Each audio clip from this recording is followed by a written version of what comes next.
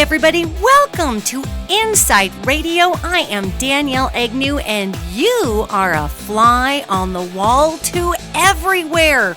It's great to be with you all this week. What a week. Holy moly, if I have to live through any more breaking news.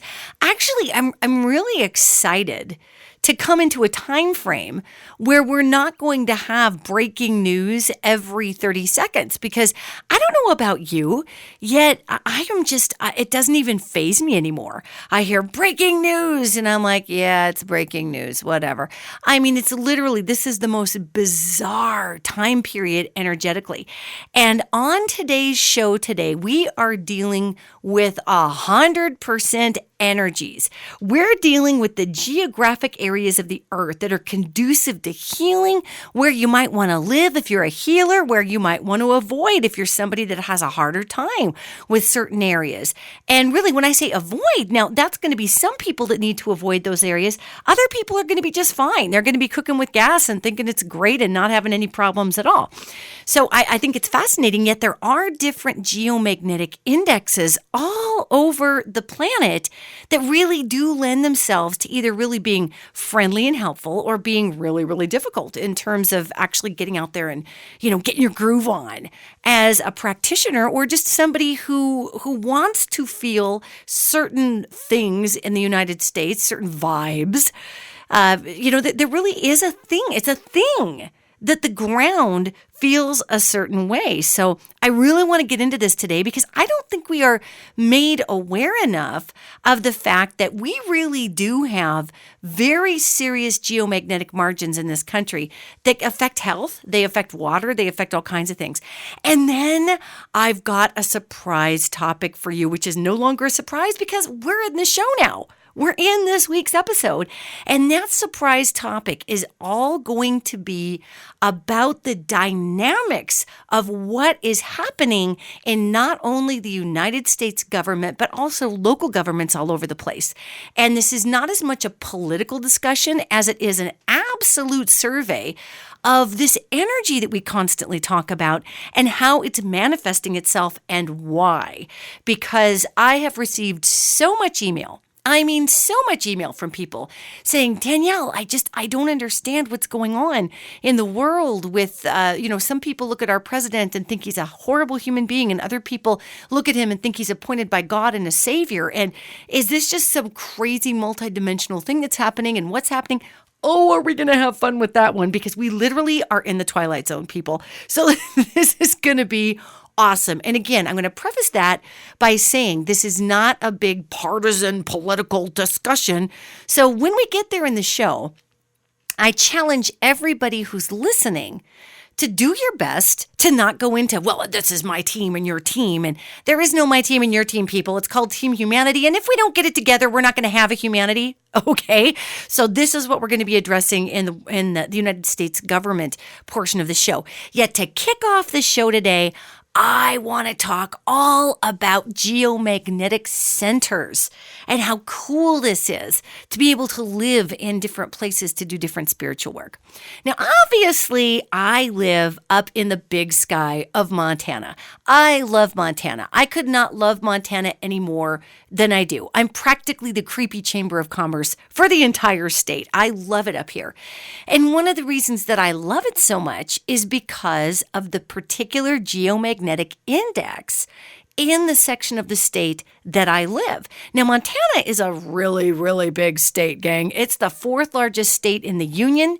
As such, we just recently barely have broken over 1 million people in terms of our census. So if you think that think about this, we're the fourth largest state in the nation. And we have less people in our entire vast, massive state than in the San Fernando Valley in LA, where I used to live for 11 years. It's a trip when you start factoring this in. So why is that? Why do so little people live in Montana, even though it is the most stunningly beautiful, breathtaking place you could possibly imagine? And it does have a very unique geomagnetic index. Well, I'll tell you, that geomagnetic index, which is a fancy term for saying that the way that the energy comes up through the Earth's crust, creates a series of vortexes. And if you want to call it a vibe, what it actually is an ethereal density, okay, through which energy is transferred.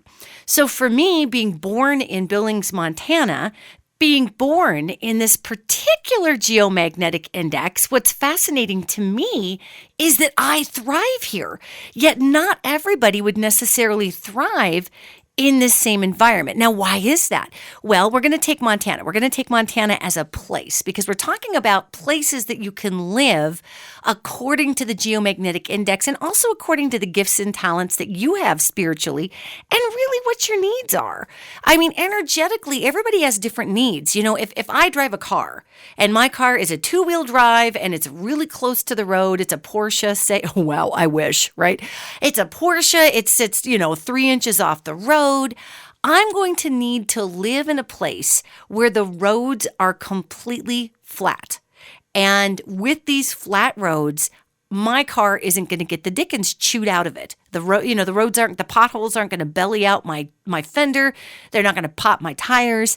So when we talk about places that have a specific geomagnetic index, we're talking about physiology of the body, energetic chi routing systems in the body, in addition to the geology of a place and how the geology of that place can work with your body. So we'll take Billings, Montana as an example. It's a valley. It has a big sandstone base. There's a lot of sandstone here because it used to be an ocean bed, which is just funky and cool. Yet what makes Billings appealing for me is that there are major ley lines in the earth that cross right through this valley. I mean, squarely across right through the whole entire center of town that connect up to Machu Picchu. They connect down around the world into Easter Island. They connect to just the Nazca lines. I mean, this one line goes all the way around the world and connects everything. So why I think that's fascinating is that in Billings, Montana, which is actually a pretty conservative city, it's the largest city in Billings, we have the largest collection of healers, psychics, seers, alternative practitioners, anybody who steps outside of the box in a healing or energetic modality. We have the largest conglomerate of those folks here in Billings, which is just hysterically funny to me, considering that we also have the largest mega churches in the state. And it's, again, traditionally the largest conservative city in the state of Montana. So the ground makes a difference as to who is attracted to it. And Billings also has, in most places in Billings, a very shallow water table. Not to the point where basements are flooding, yet what we're dealing with is not only do we have all these crisscrossing smaller ley lines that come through this valley that lead right off of the medicine wheel in the Priors and then the Bighorns. Some of you may have seen the medicine wheel online. I've actually been up to that medicine wheel a number of times. And when I was a kid, you could walk right into the middle of that medicine wheel. They don't let you do that anymore because now it's very popular and people steal rocks out of it and are just generally awful, as people can be. However, this valley, even though it's got a sandstone bedrock way beneath it and a lot of water, which again is a huge electromagnetic semiconductor, we're also flanked on one side by the Yellowstone River. Now, all around us, especially to the south of us, are limestone caverns in the Priors, limestone caverns in the Emerald Hills, limestone caverns all the way up into the Bighorns. And the limestone caverns conduct huge amounts of energy. So even though we don't have a limestone bedrock here, though there's a lot of limestone in the ground, we are still catching a lot of that energy coming up through those ley lines that's being thrown up from everywhere, from the Beartooths, from the Priors, from the Bighorn Mountains, through this valley. So it's important to note that as we go on to talk about different geomagnetic centers all over the United States, it's not always what's exactly underneath you, gang, okay? It's also what's around you. What kind of energy is being taken down the pike? So I'm going to switch our focus right now over to Hawaii. And obviously, Pele is just whooping up a can of whoop ass in Hawaii right now. Man, Hawaii is just, it had this huge volcanic explosion explosion. As a matter of fact, that volcanic explosion happened right after our last podcast, where I was talking about future events. And I said, keep your eye on Hawaii, because though it's been spewing a lot of lava, we're going to be having all kinds of ashy emittance and big, like Mount St. Helens type of blowups coming from there, because that's what we're looking at in all of our geomagnetic activity all over the world. So shortly after that podcast, well, Pele did not disappoint. She laid down a big belch of ash all over that island. And why? Why are there so many healers attracted to Hawaii? Well, the angels call Hawaii the womb of the earth. And whenever you have that much geomagnetic material regularly coming up to the top of the planet, the actual ether structure, the ethereal baffles change. So the vibe changes. You can feel different elements in the air, in the wind. You can feel different elements all over Hawaii just by the nature of the fact that you are touching, not literally, please don't do it literally, you'll lose a hand, but you're touching that molten lava. So Hawaii is not only surrounded by water, so of course it's this massive, massive electromagnetic semiconductor, yet the fact that it's got so much magma coming up out of it all the time, it's a very active island chain. Wow. I get choked up when I feel into it. That island chain is made for healing. So if there are those of you that consider yourself what's called an earth transmuter, that's somebody that keys into the soil beneath of you, and then you use that soil and the power of the earth to course through the body, and the body then becomes a transmission device, like a radio tower. And you take the energies of the earth and you transmute them into big, vast healing energies that are then used on individuals, or perhaps you're an earth transmuter and the healing work that you do is pretty incredible work where you are putting that healing back into the earth. You might work your healing magic and place your hands in water, whether it's the ocean or perhaps it's a local river or a stream that feeds into a local river, and you push all of this incredible energy into that water to heal whomever or uplift the vibrational signature of anybody who touches it. For you earth transmuters, for you earth people out there, for you empathic healers that do a tremendous amount of harnessing earth energy in your practice, okay? The following places would be tremendous for you to live. Hawaii is one of them, because it does nothing but just juice up your battery packs with that incredible ability. Now, you can also live close to Yellowstone Park, or you can live up where I'm moving actually this summer. My family and I are moving to Bozeman, Montana. And Bozeman is about an hour outside Yellowstone Park. And guess what Yellowstone Park is? One giant electromagnetic caldera. It's huge.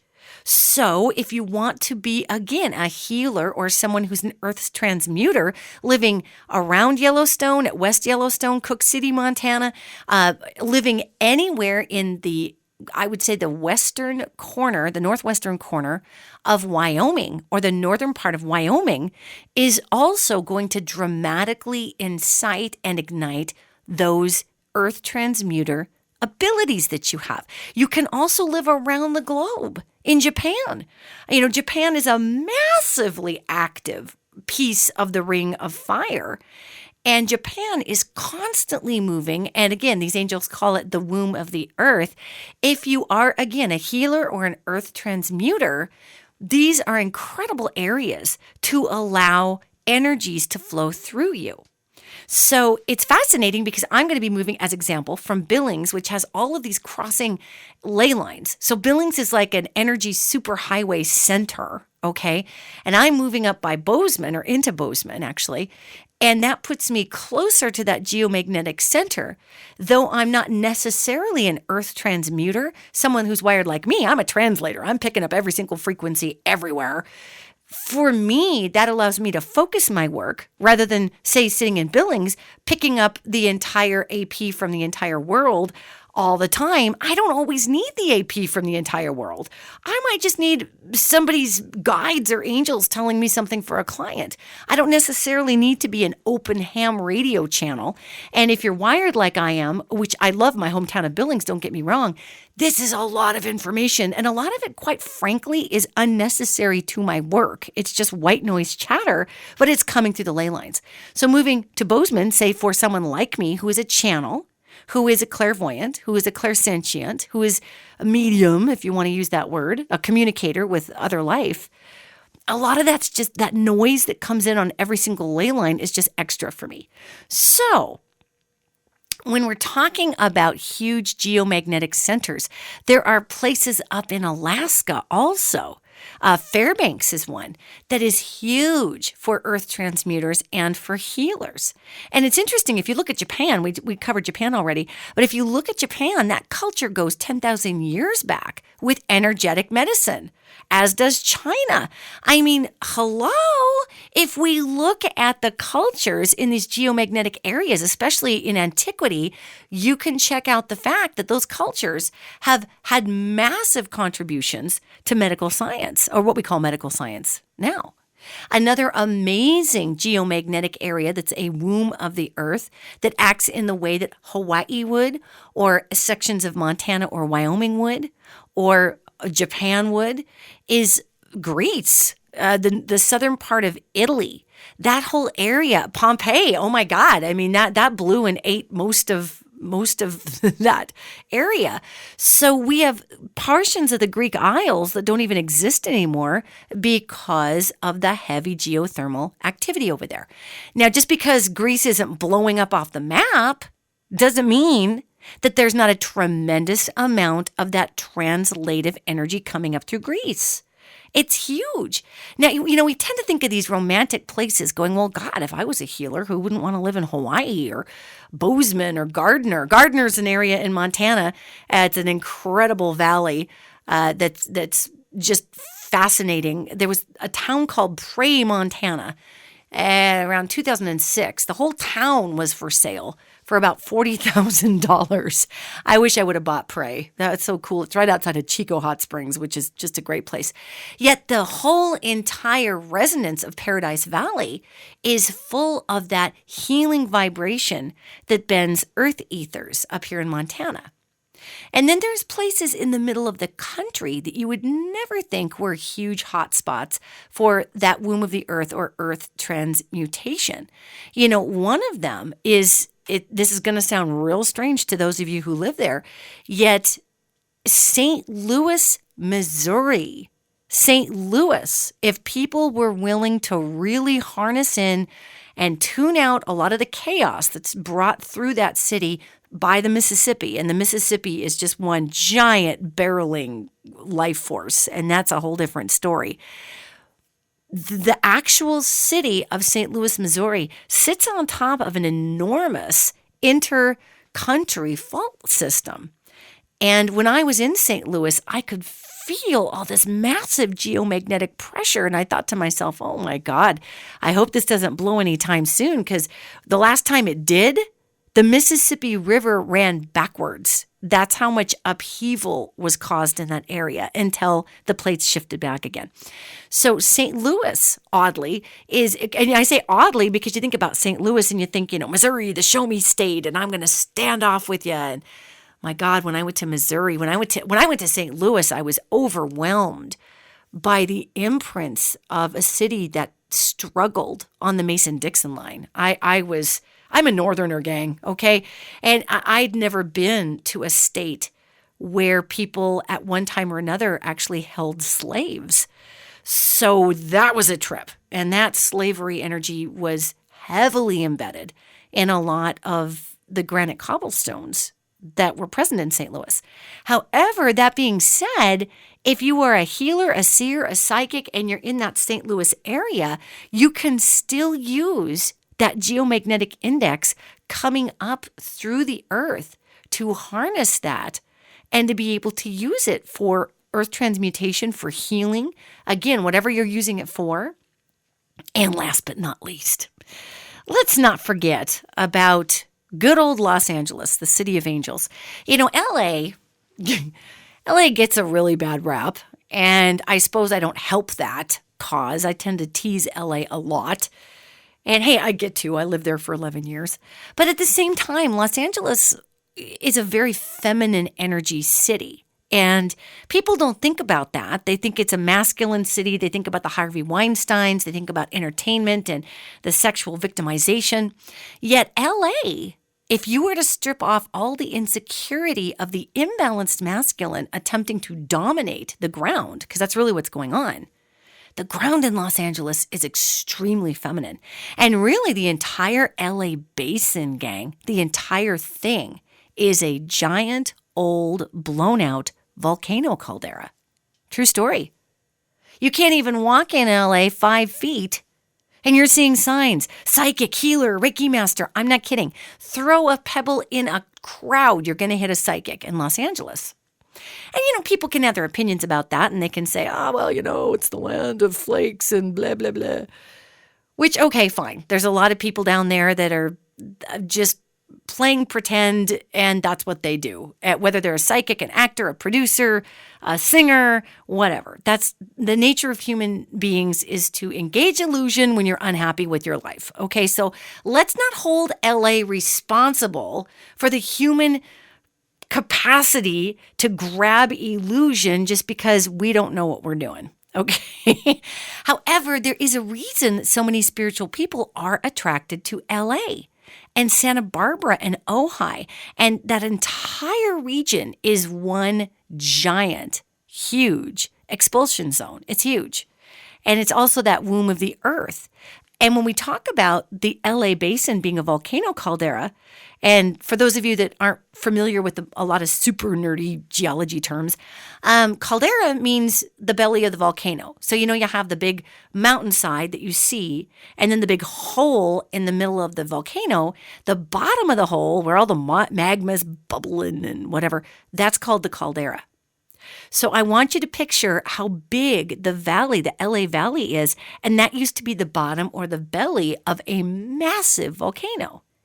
And we still have all kinds of geothermal activity there. Look at the La Brea tar pits. I mean, you're walking around the middle of freaking downtown LA, and there's the La Brea tar pits, and you're watching where you step because there's tar that's bubbling up through the sidewalk cracks, because that was a giant volcano caldera. So when you're looking off the coast of Los Angeles and you're seeing all those oil rigs out there and they're pumping all that oil, well, it's because of the mass geomagnetic pressure, and it's what's down there. I mean, the place is just moving and a shaking. So you find a lot of healers, psychics, seers, creatives, channels that are drawn to LA. I mean, there was a reason that the entertainment community thrived there, as opposed to going somewhere else more inland where there was still a lot of sunshine. And for those of you that are not aware of why LA became the movie capital of the world, it was because they used to have to shoot outside. The cameras needed a lot of light. So when they shot black and white silent films, they would be shooting dozens of them right next to each other because you didn't have to worry about sound bleed. You were just dealing with the action on screen. And they were using the natural sunlight to be able to saturate the film. Well, LA, of course, it's extremely sunny 24/7. And when you live there, you kind of feel like you're living in Groundhog Day, which can be weird. However, there was something else that kept people there. And it was this fluid womb of the earth. Because when we're dealing with artists, directors, writers, actors, singers, all of us that engage in that activity are humongous channels, right? So the channels are all gravitated towards this blown out volcano caldera where the geomagnetic index of the earth is very tangible and touchable, so that everyone's great big giant radar dish of creativity is ignited. And rather than the earth transmutation, they're siphoning all of this earth energy up through the feet to be able to use and put out there and make into beautiful creative projects. So we'd love to tease California. However, especially Southern California, pretty much from, I'd say, San Francisco on down. That's still a very high geomagnetic index area. And you will notice that there's a ton of healers and psychics that come out of that area because people are drawn to the natural, conductive, elemental area of the earth there. Okay, so we're gonna shift focus a little bit. So if you're not an earth transmuter or someone or a healer or somebody who's pulling energies from the ground to use them, or you may be, but maybe you don't want that much energy hitting you. Okay, so maybe you want to go someplace a little more stable. So then we start going right down the Rocky Mountain bandwidth, and we have a granite bedrock in most of the Rockies. My town of Billings is a weird anomaly. Yet for most of the Rocky Mountains, that bedrock area, it's hard, it's granite. And whenever you have a granite bedrock that's heavily laced with crystalline content, which the granite bedrock underneath of the Rocky Mountains is very heavy in crystalline content and minerals. I mean, let's not forget this mountain in Butte, Montana, that they completely dug all the way from the top down and dug 2 or 3 miles into the earth to completely eradicate and mine the whole mountain to tear it apart for the gold and the silver and the copper that came out of that mountain in Butte here in Montana. So what we're dealing with is we're dealing with granite bedrock that has a ton of mineral content in it. And it also has a lot of crystalline content in it. Now, what's fascinating about that is if you're to draw a line down through, say, Denver, you're going down to Boulder, Fort Collins, Colorado Springs, that whole entire bandwidth, which goes down into, where does that go down to, gang? It goes down to our limestone caverns. Welcome to the Grand Canyon. That entire energy index in the United States, from about the middle of Montana, straight on down through the middle of Wyoming, straight on down through Colorado, straight on down through, you get clear down into, my God, if you get to Arizona, it starts to change a little towards Mexico. However, that is the most energetically stable area in the entire country. It's the most stable. What does that mean? Well, it means that there's new energies coming in, old energies are being retired. It's like a zero gravity atmosphere. It's neither saturated with too much and it's neither, devoid of too much. There's not a lot of static energy because all of that granite bedrock with that crystalline content, with all of those pieces of metal, precious metals in that whole stretch, work like a conveyor belt. They work like a conveyor belt. So that energy is it's solid, yet it's very light and neutral. Now, if you're continuing to go down south, you're going to hit Sedona, okay? Think of what anchors this point at the very bottom, and it's on a slight diagonal, yet you have Sedona in Arizona. And obviously, gang, we all know what Sedona is. It's a massive, massive, massive series of layered vortexes that are there.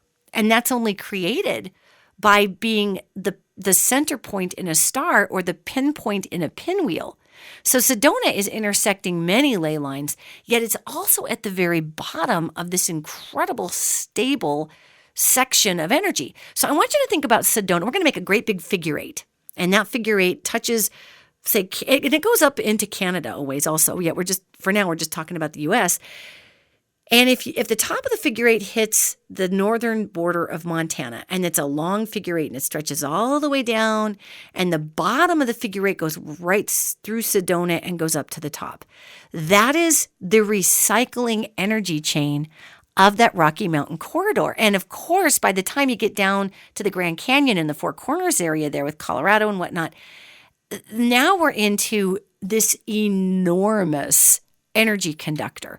So really that acts as the bottom part of the conveyor belt that pulls the energy through, and it loops through all of those glorious vortex points in Sedona and starts to come right back up and through, and that Grand Canyon also takes it and passes it right back up into the granite bedrock that gets carried up underneath all the way through to the top of the northern part of the Rocky Mountains. So we have a huge conveyor belt of energy along that meridian. Okay. And again, you find a lot of healers there. You find a lot of people who want to go write books that go into that Rocky Mountain corridor because it is such a neutral, buoyant energy. It's just neutral. For some people that come off the coasts have a very strong energy. Obviously, we talked about the California coast, and really all the way up the west coast of the United States. That's a very geomagnetic center. Clear up into Seattle. Seattle has a little different story, so I didn't exactly loop it onto the heavy healer era.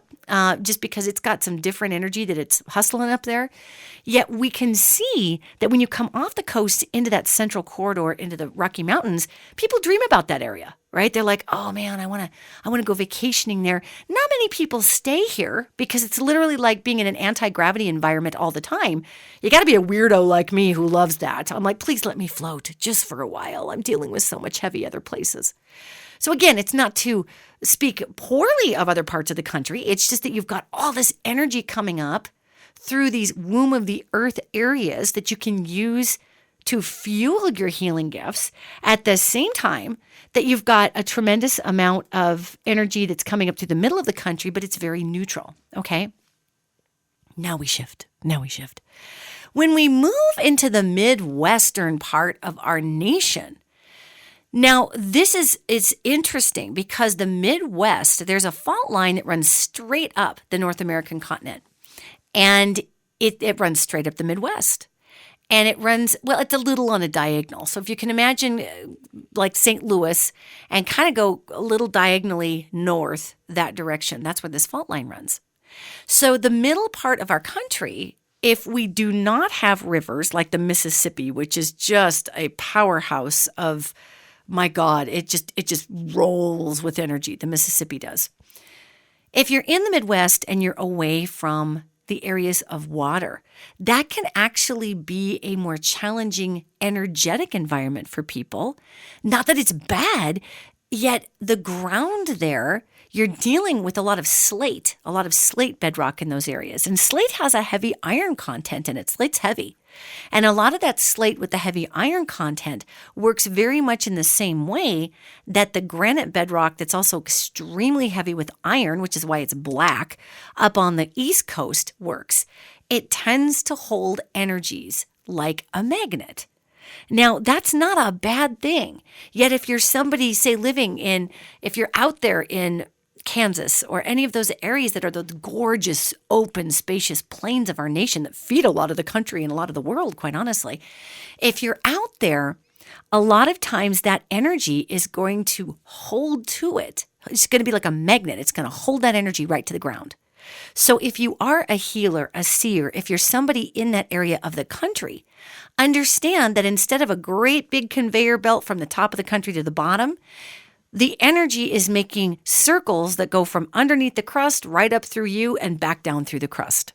So you can still be a very powerful energy transmuter, yet for some who aren't aware of what's going on, that's a very heavy energy. It's almost like have you ever been someplace when a tornado touches down? I was up on a tornado touched down about 40 yards from me, and I didn't even know what it was because it looked like a dust devil with four churning beautiful, it was very delicate looking actually before it pulled all the dirt up into it and I could see the rest of the tornado. And when a tornado first touches down, it sucks all the air out of the area and it gets really quiet and it's freaky. And it reminds me of the energy up in those big spacious plains. Now the spacious plains, because they're so flat and rolling, that sky energy is huge. Yet we're talking about earth meridians, okay?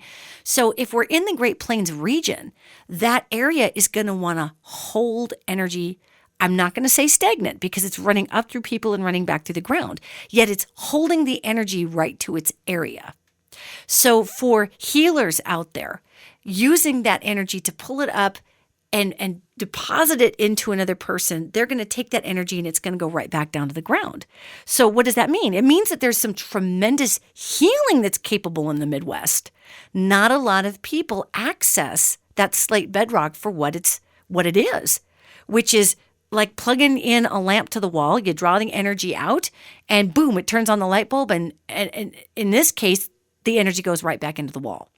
So if you are living in the middle parts of the country, a lot of people say, well, it's really culturally stagnant out there and people are stubborn and nothing ever changes. And well, come on, it's a slate bedrock.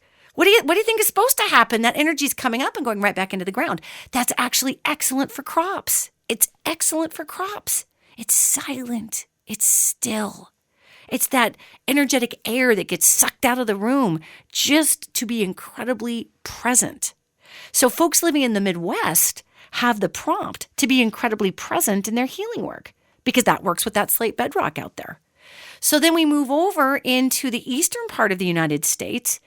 And in that part of the United States, we've got, as I was referencing before, a granite-based bedrock that is super iron heavy.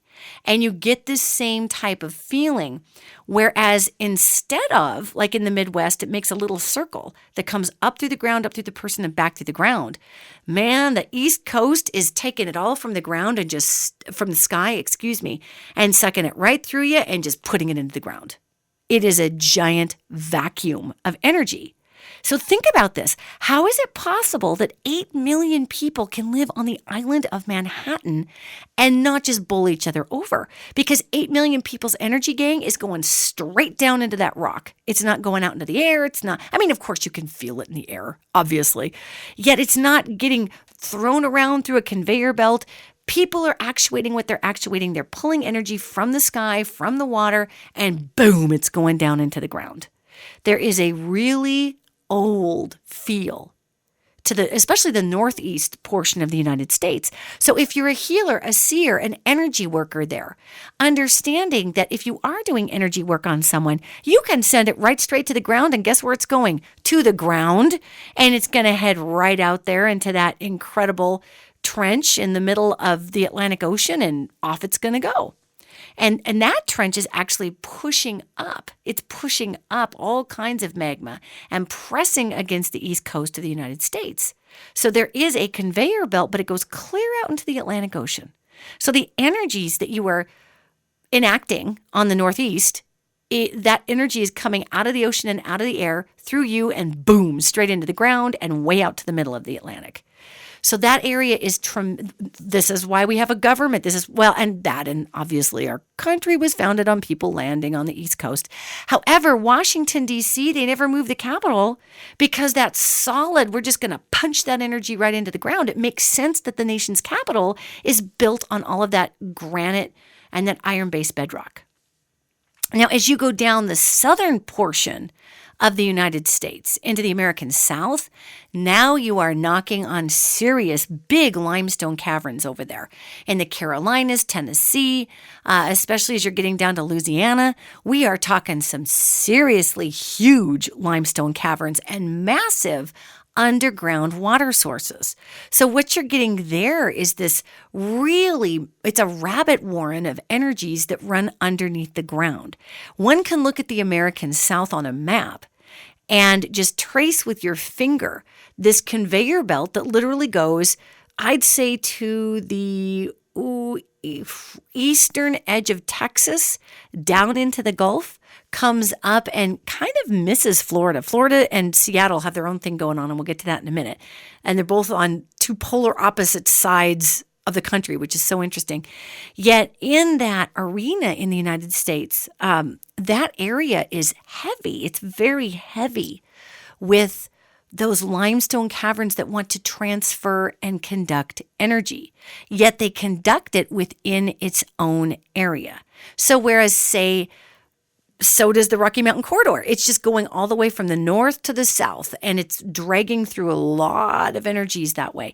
When we get down to the American South and those limestone caverns, that is an incredible space for transfigurative healing.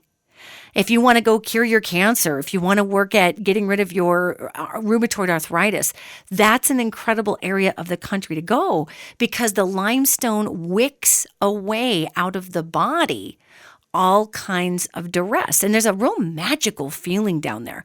You go down to, say, Mississippi or Louisiana, it's almost like you're in a different time period. And I know, people want to get really nasty about cultural issues. I can't say that I'm not a fan of racism, yet think about the energy here, okay? If all I'm doing is passing the energy through a small section of states, around and around and around, and I've got a fear consciousness, and that goes down and it's wicked out of me by the limestone caverns in that particular area, and it just gets passed around and around and around and recycled and recycled and recycled. It's like you're bottling up a consciousness and just recycling it in that area. And the limestone is such a big conductor that it holds it into the ground also. So that's not to say, I know a lot of very progressive people who live in the South, gang, so we're not trying to pigeonhole the American South. It's to say there's a flipping reason that if you want to call it stuck energies or, ways of life that are just replaying themselves over and over that have been let go of in the rest of the country, they're also picking up that Gulf energy. So, of course, those limestone caverns are going to continue to create the same feel. Let me give you an example. If you go to a limestone cavern, or you go to a limestone, let's say a castle in Scotland, that's where people see what are called their place hauntings. They are residual hauntings. And someone will see, just like the hologram on Star Wars with Princess Leia being completely beamed forward by R2-D2, people will see the same ghost pass up and down the hallway doing the exact same thing. Why? Is that ghost there? No. The limestone is literally playing a hologram of energy that was caught in that area where a repeat action was taken on. So think about the American South, think about all those limestone caverns and all of that high water table down there, and think about how that place memory or that residual haunting of a time gone by, of whatever you want to call it, is being constantly passed around. It's really fascinating. Now we're going to touch on Seattle and we're going to touch on Florida, because Washington State is what's called a high expulsion zone. That's where you have a lot of geomagnetic energy that comes out of it, yet there's so much of it going on that in the western part of the state, that can seem very heavy. It can feel heavy to people. In the converse same way, if you go down to Florida, Florida should be underwater, but it's not. God bless you, Florida. We're going to send you love in the next 5 years when our water sea levels change so much. Florida, which should be underwater, is also a massive expulsion zone. Again, that's where a ton of geomagnetic pressure, not necessarily energies, but pressure, comes up through the earth. We also see that expulsion zone on the West Coast come down through Portland. Portland is a huge expulsion zone. And so people can either deal with that fire hose of energy coming up through the Seattle-Portland area, or it feels very heavy to them. They don't know what to do with all of it. And the same with Florida. People can either deal with that massive fire hose of information coming up through Florida and the shifting vortexes, which are constantly changing over there, or it just kind of feels like they can't get their footing. It feels dreamy. There is no bedrock in Florida. That's all sand, sandstone, shale. That is just literally an area that should be under the water. So Florida has, though it's a large expulsion zone, healers in Florida who can harness that unbelievably fluid energy and that completely open vortex point zone can do incredible work because all this energy is passing through them. Healers in Seattle and Portland and seers, practitioners who can deal with that fire hose of geothermal energy coming up. My God, look at the northwest corner of the United States. There are 5 volcanoes straight up a line. And you've got Mount Shasta. This is probably out of order, gang. It's been a while since I've been there. But you've got Mount Shasta. You've got Mount Hood. You've got Mount St. Helens. You've got Mount Rainier. And I'm missing one here in the middle. Mount Adams. Thank you. Some guide in the space just told me that. Mount Adams. So, all of these are, if you look at them on a flippin' map, they're in a straight line all the way up that coast. That's how much geomagnetic energy is coming up and out of there. And none of these areas of the country, gang, are bad, okay? It's just that if you're an earth transmuter and you're trying to pull energies from the earth and send them out into other areas, probably Kansas is going to be a tough place for you to live because it's going to want to take that and just stick it right back down into the same exact ground you're going into. Probably New York City is going to be rough because you're trying to pull the energy up from the earth, but actually the energy is coming down through the sky and in through the ocean and getting sucked into the earth. So just understand the nature of the areas that you live. And Texas is funky. Texas has limestone caverns. It's got sandstone and shale. Texas is like its mini little habitat. It's got areas down there which are nothing but a zero gravity vortex. So depending on where you're at in Texas, you're going to have a different feel. I think Texas is fascinating. I really do. And because it's on the Gulf over there, it's pulling so much of that Louisiana energy. At the same time, it's getting a little bit of that energy coming down from the Rocky Mountain corridor.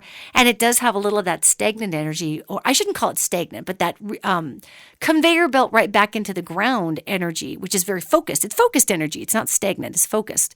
That's coming in off the Midwest. So, I mean, is this making sense, gang? Because literally, this is what we've got. And you look at different points of the earth. London is like Seattle. It's a huge expulsion zone. There's a ton of energy that's coming up there, and some people can handle it well and other people don't. You go up to Ireland, which is just a, stone's throw away up there. And by the time you get up there, you're dealing with, that's more the feel of Florida. It's this fluid open vortex point that's constantly moving. And it's all about just staying in synchronicity with the movement, the constant movement. There are places in the middle of Russia that have the same exact feel that are slate bedrock and salt bedrock, which is a whole different electromagnetic semiconductor in the middle of Russia. And talk about just that conveyor belt of consistency of holding that energy right there. Oh my God, it's going to be, again, we want to call it stagnance, but it's not. It's very localized energy usage, which can be very powerful if the folks recognize that that's what it's there for. It's like having a battery under your feet. You just have to be aware of how to use it. So, I mean, you're looking around the world, and obviously, gang, you go clear to the southern hemisphere, and I mean, that breaks into all these different areas that are fascinating. Anytime you have a lot of iron in the ground, and we've got that in Wyoming, we've got that down at, the continent of Australia has very iron-heavy soil. And that's a lot more like the feeling in the New York area, except it's not that granite conductor. There's a lot of really interesting, there's limestone that I'm detecting down in Australia also, but you're also getting a lot of sandstone and composite rock down there, igneous rock as it's known. And that has to do with just being a very transparent portal for energies in and out, like a saloon door in Australia. And Australia is going to vary. It's a huge, huge continent. It's a huge country. And it's going to vary just like the United States. So those are just some really, really just light little tips around about the different types of energies. You go up to Alaska and you've got expulsion zones. You've got big womb of the earth zones. I mean, you've got multi-layered dimensions of different spaces where if you're a healer or a seer or a channel, these are areas that can help you with your work. And I'll tell you, if you want to be a writer, a great place to do that is the Midwest, because you are drawing elements out of the ground and you're writing and then you're putting that energy right back down. So it's not a lot of distractionary energy coming in from other places. It's very focused. And it's actually a very stabilizing energy if people don't allow it to make them feel stagnated. That's the thing about it. So before we're out of time, I want to shift gears a little bit here, because we were talking about Washington, D.C. being built up on that iron granite-based bedrock. That's huge. So with that and understanding that, in DC right now, we've got a lot of crazy stuff happening in the government. I mean, and again, gang, really do your best to resist the urge to think I'm stumping for one political party or the other. I'm part of the human party. I'm part of the love party. Okay. And so this isn't about politics. It's about consciousness and energies. And right now, what we're seeing in the federal government is literally this dimension of denial. And that goes clear across to the Democrats too, gang. I'm not just talking about President Trump and his cabinet. I'm talking about some pretty powerful Democratic people also.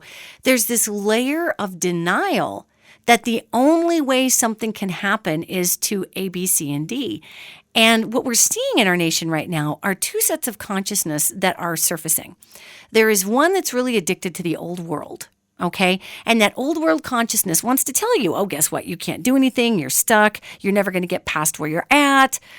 You have to go through me. And that old world consciousness also sees the Hierophant or the authoritarian or the my way or the highway as the savior. Because in the old world, that person was the savior, guys. Think about this just a minute, gang. So that old world is still existing within our nation, border to border.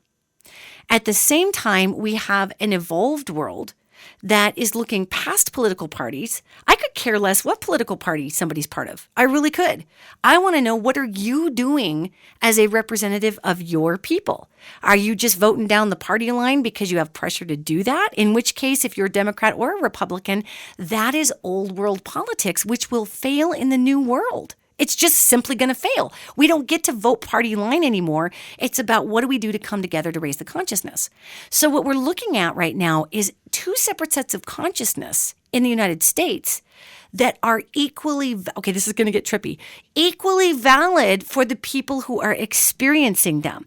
In essence, we've got two dimensions that are really duking it out to see who is going to evolve into the next place of relevance. And that's kind of scary for a lot of people, because what we're talking about is a complete, really just abandonment for some. If somebody's looking at it through, geez, I love this government, I love a wall, let's get all the brown people out of here, that's my America. If somebody's coming through that lens is like, I can't even say it's 200 years old, because we used to be excited about immigrants. That lens is like 50 years old. It's 70 years old. It's an old lens.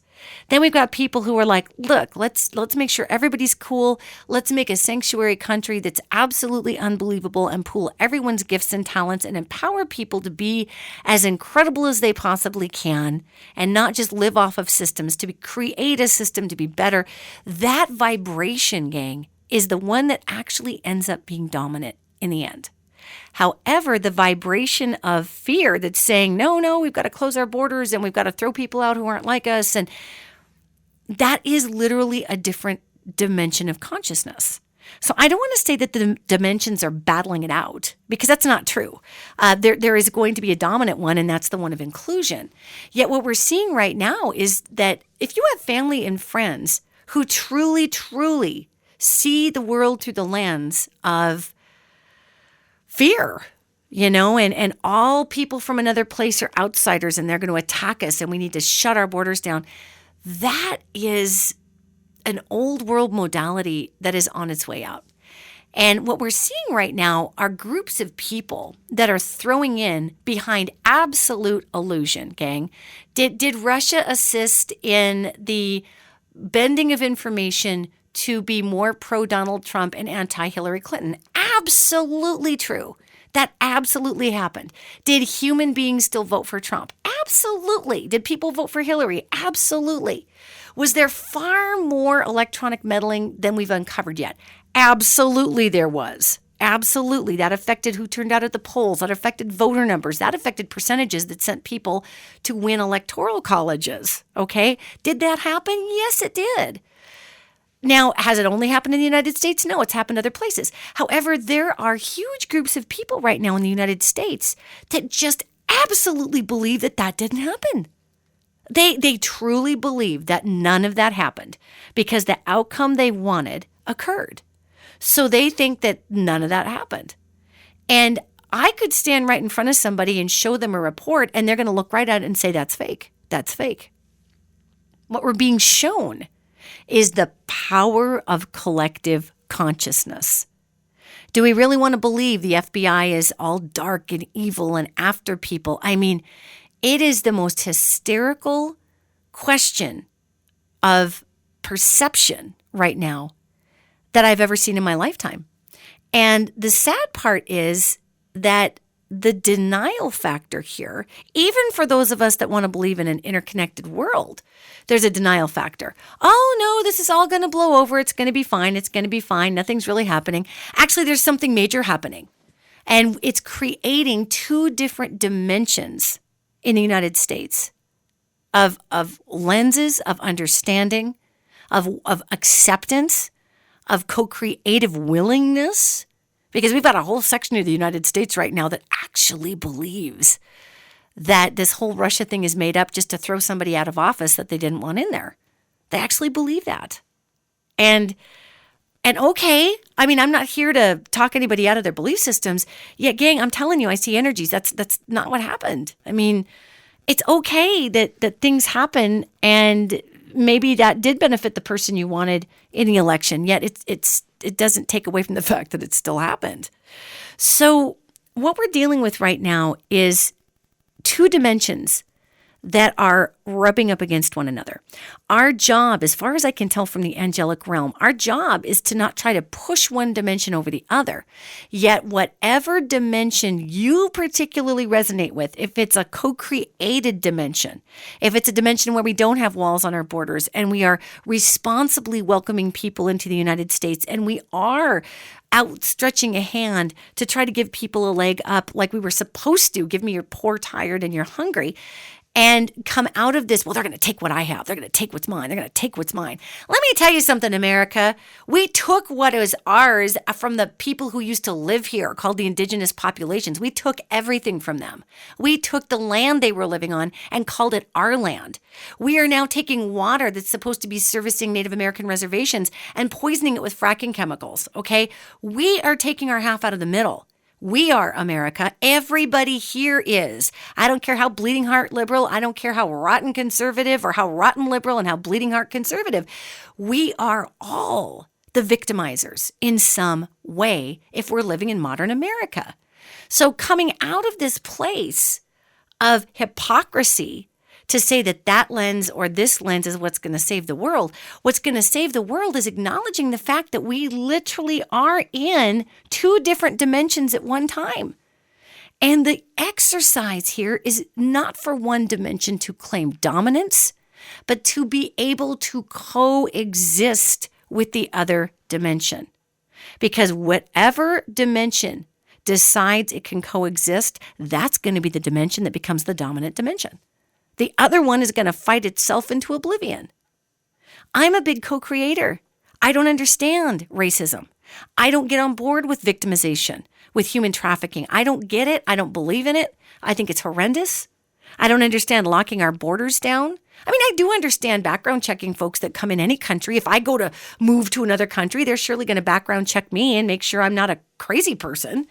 Well, outside of the normal crazy that I have every day. I mean, they're going to make sure I'm not violent and terrible and making bombs, of course. So I'm all for responsible, just discernment. Yet, gang, we are literally operating in two different dimensions of consciousness right now. And I'm going to keep repeating that. And it's okay if we don't always agree.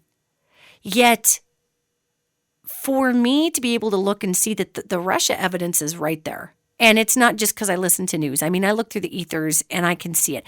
I can also see that there's a very invested group of people, the Mitch McConnells, the Paul Ryans, that don't want Donald Trump in there because he's too popular and he defies their control. And then you've, of course, got the left who looks at Donald Trump and says, what even happened? And where is that consciousness coming from? So they don't want him in there. So you've got this guy who's basically a fall guy for two different lenses in consciousness, except he is bringing that division of consciousness to the forefront so we can see it very plainly. Okay? So, whereas someone would argue that nothing is going on with Russia, it's all a giant conspiracy, the FBI is part of the conspiracy, it's all a conspiracy, where people really truly believe that, they believe that as much as I believe what I'm seeing, which is that that's all a bunch of hogwash. And hey, sometimes you just get caught with your hand in the cookie jar and it sucks. So own it and move on. I am not going to be able to convince someone who is living in that dimension of lens or fear that this is the information I have is valid. Okay. What I'm trying to tell you, gang, is that if you have family members that sit on an opposite side of consciousness than you might, keep in mind, they're looking at you thinking you're fearful. They think you want your socialist ways and you just want to invite everybody in because you're afraid you won't get free stuff from the government. They think that a liberal way of looking at things is all fear-based. So fear is relative. And when we're looking at the government right now, we are watching it completely unravel. And it is going to unravel. The whole flipping thing is going to unravel. And at the end of the day, gang, the hype is that no one will support truthful action. And it's hard to say truthful because what's truthful to one lens is not truthful to the other. The bottom line is the truthful action is going to come as we are able to love one another. and not push my way or your way, but to say, I understand you see it that way. So how can we build something together that puts your fears at rest and mine at rest as well? And there's going to be people who just dig in and say, forget it. That's not going to happen. And we do have some rocky roads in our government because of that. Yet, no, there are two separate dimensions existing in the same place and time right now. And we in America have an opportunity not to become the victimizers of the past, not to become the authoritarian, awful tyrants of the past. And the left crushes the right or the right crushes the left. This is not about dominion. It is about co-creation, and it's going to challenge every single one of our identities, every single one of our abilities to say, are you kidding me? That's wrong. There's people who look at me married to a woman as a psychic, and they look at me and they're like, that is wrong. That's demonic. That is twisted. That's just incomprehensibly disgusting. I can feel that in people. And I might look at someone who's embedded in racism and just think, oh my God, how can that even be possible? How can that even be possible? It breaks my heart. It makes me sick to think of treating another person that way. Yet, hey, one person's horror is another person's way of life. So this is about how do we come out of the fear and co-create. That's why I talked about where you live in the country. Maximize where you live to bring the healing of the earth up through your body, to bring the healing of the earth up through your consciousness. So when we interface with one another, we don't have to just dominate and kill and take over. We don't have to buy what they're selling. They don't have to buy what we're selling.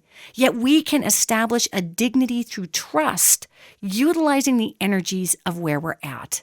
Okay? So I know that's a little heavy, gang, yet this is what's going on. We are going to see some rocky roads in government, and it's not going to be business as usual. We're going to have to develop some brand new systems. And there's going to be some serious things going on. I would be surprised if our president remains in office and doesn't just quit.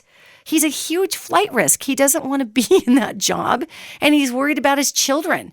And he can take off and go to Bahrain or Russia, and they'll protect him. He's got enough money. So, this whole thing is getting ready to powder keg out. And it doesn't mean that you need to be afraid. Just focus the love. Focus the love. And that's what's going to get us through at the end of the day, is all of that love and all of that co-creation. Extend compassion, extend forgiveness, mostly for yourself when we get a little judgy, and we all do. Stand up for what you believe in, yet also stand in a place of coming up with new identities and new ways of doing things. Because that's what we're going to have to do when our government takes a poo, which it's going to do pretty soon. So let's just keep the bubble between the lines, gang. And everybody, we can do that by coming together in consciousness. We can do that by coming together in consciousness. Join me on my Ascension Tour. Holy moly, if you haven't gotten tickets, please do. Head over to ascensiontour.com. I'm coming to a city near you. Now, I've only got 2018 cities posted so far, yet I'm really excited to get 2019's posted up there. And I want to let everybody know that for every event that we do, we're going to have a limited number of VIP tickets. So a general admission is $75. That's a 3-hour event where I'm channeling angelic messages for our times, for your specific area. It's going to be amazing, letting you guys know all about what we can look forward to in these spiritual physics coming up.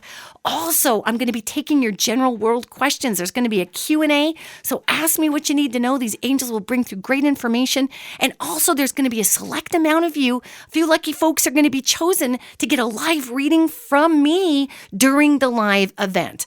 So you know how Teresa Caputo just picks folks out or whatnot. We're going to be doing that with the angelic realm, because a lot of times the folks who are chosen have a lot of incredible insights that are good for others in that realm also. So if you want VIP tickets, and there's only going to be 40 of them per location, and that's just an after party too. You get the whole 3-hour event, plus there's going to be an after party with me. We can hang out, we can do goofy selfies and talk about the world and really get into the nitty gritty of stuff. And so there's only 40 of those tickets available per location, because I actually want to be able to talk to everybody. So if we sell too many, then I can't see everybody, and that's it's not a meet and greet. That's just a weird, pricey ticket. So anyway, gang, check that out. You go forward into this week with love, with focus, and with excitement. And know that even though we have tremendous changes in our government, Let's stop demonizing everybody. Everyone is playing a role. And why don't you come up with some great ideas that can help heal these divides instead of fuel the chaos? My money is on you. It's on you. It's on you, honestly. Next show, we're going to be talking about crystals, stones. How do they work? What do they do? We're going to really get into the whole entire stone and amazing chakra connection and how you can literally assist your body in healing and transfiguration using rocks that we find on the ground. That and more next week on inPsight Radio. Go have a fantastic week. Walk in love and be blessed. Take care, everybody.